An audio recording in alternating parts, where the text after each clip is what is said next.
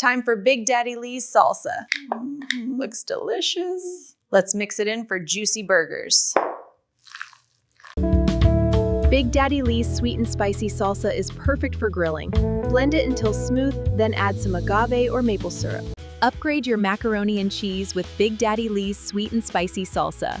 Just stir a hefty spoonful in before baking. Time for Big Daddy Lee's salsa. Watch it simmer and bubble. And crack in the eggs for a perfect spicy shakshuka.